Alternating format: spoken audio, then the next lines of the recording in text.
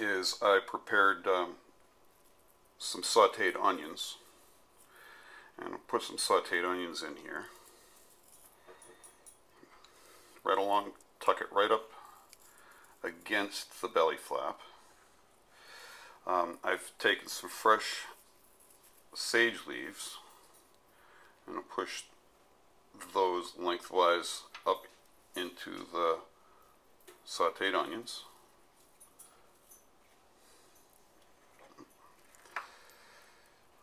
And now I could stop right there, but I've got some great pieces. If you like offal, which of course you know I do, we've got the liver and we've got the kidney, and we saved some of that kidney fat.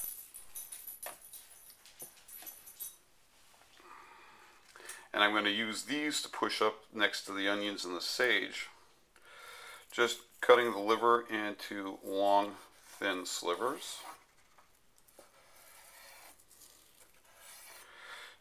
Taking the kidney and splitting it in half lengthwise, and then into quarters lengthwise. And it's very small, so once it's quartered, it's probably a quarter of an inch across. Alright, and then I've got the fat. So taking now my strips of liver,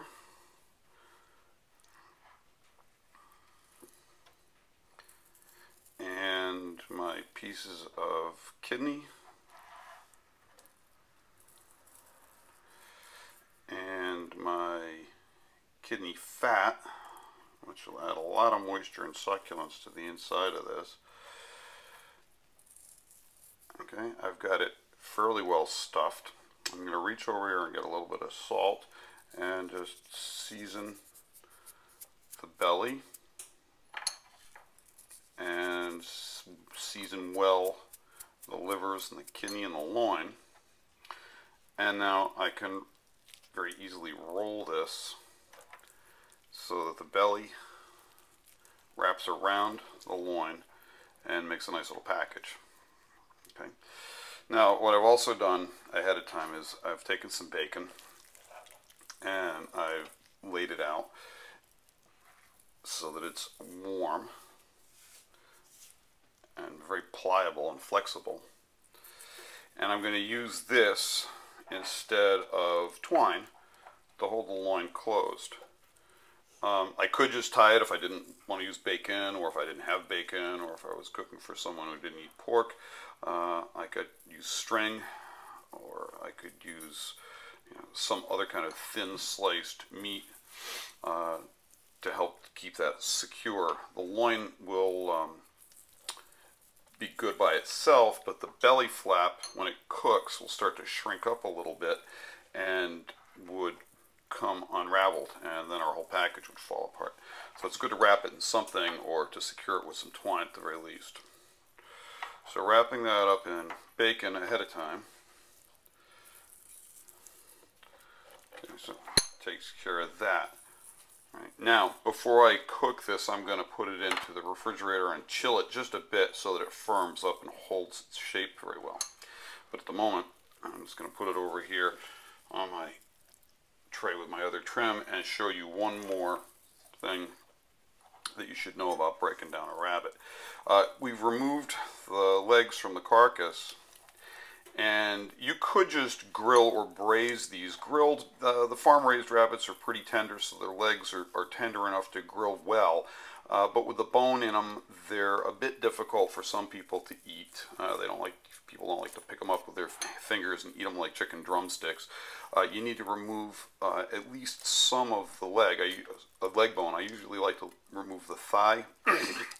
Now, where it connected to the carcass, the hip bone needs to come out.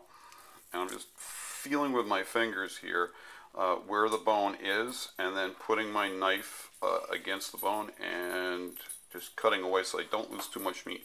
I lost a little bit of meat right here, so I'm going to try to remove that and put it aside, and I can use it to stuff the other loin or maybe stuff the leg if I feel so inclined. Right. Now, you can feel the thigh bone, and you can see actually a seam where the thigh bone runs. Here's the joint, and you've got the shank end running up to this joint, and here's where the leg attaches to the thigh. Removing this bone, the thigh bone, by simply taking the tip of your knife and going down along the top of the bone, and then a little bit on each side, exposing the bone and getting your fingers underneath there, so you can get your fingers right underneath the bone without disrupting the meat too much. I'm turning it around so I cut away from myself, because I sharpened my knife just before I did this, and I would not like to slip and ruin the video by bleeding all over the place.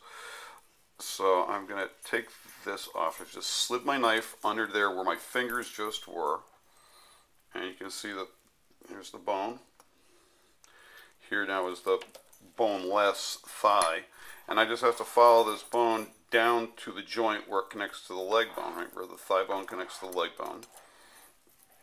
And then, actually the easiest way to do this is to just pull, just to dislocate, as we did when we took the chicken leg off, or where we took the, separated the thigh from the main part of the body, and it pops right out. You can pop that out with your hand. If you hit a lot of resistance, if it's more cartilage maybe on the rabbit you're working with than on the one I have here, you might have to use the tip of your knife to loosen it. But that pops right out, and that'll go with the carcass into the stock pot. So now what I've got is a shank and a leg that's sort of butterflied open, and I've got a lot of options here. I could stuff this and wrap it in bacon and roast it. I could just splay it open like this and grill it or saute it like a chicken thigh, or I could braise it. I'm making a stock. I could reduce that stock, make a nice brown sauce, and braise the legs with maybe some tomatoes and capers and olives and brown rabbit stock, and serve it with some polenta. So I have quite a few options going on there. All right, the last thing that I want to show you, I'm going to put this bone leg over with my finished products. This is the 4/4. Now the forelegs do not have a lot of meat on them. I mean, there's not enough that you could really make a meal out, but is enough so that you don't really want to throw it away.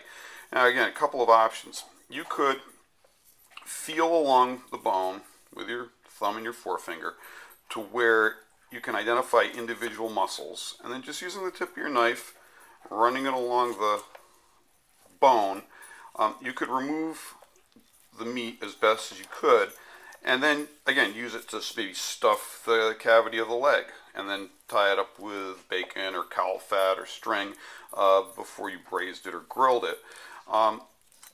Or you could chop it up and use it to stuff the rest of the loin. You know, you've got a lot of options here. If you've got a lot of other things going on and you don't feel like messing around with the forelegs just to get a small amount of meat, you can put them with the bones and brown them up and put them in your stock, and that'll add quite a bit of flavor and gelatin content to your stock, make it nice and rich. Probably get about 1.5 ounces of meat, possibly clean meat, and then the rest is going to be bone with a lot of cartilage and sinew attached to it. Now that in and of itself is definitely going into the stock pot. All right, so that's going to go over there, and then that's about it. What we've got when we're finished here is a boneless thigh with a shank attached, a loin wrapped with bacon. Remember, it's stuffed with sage and the kidneys and liver and some sauteed onions. And then we've got the meat from the foreleg that we can use for a variety of things. And then we've got a pile of bones from the carcass. I'm going to brown them and make a brown rabbit stock that I can then reduce and make a sauce to go with, not this particular meal because that'll take too long, but with some other meal. I can freeze it and use it some other time. So that's it. Thank you very much.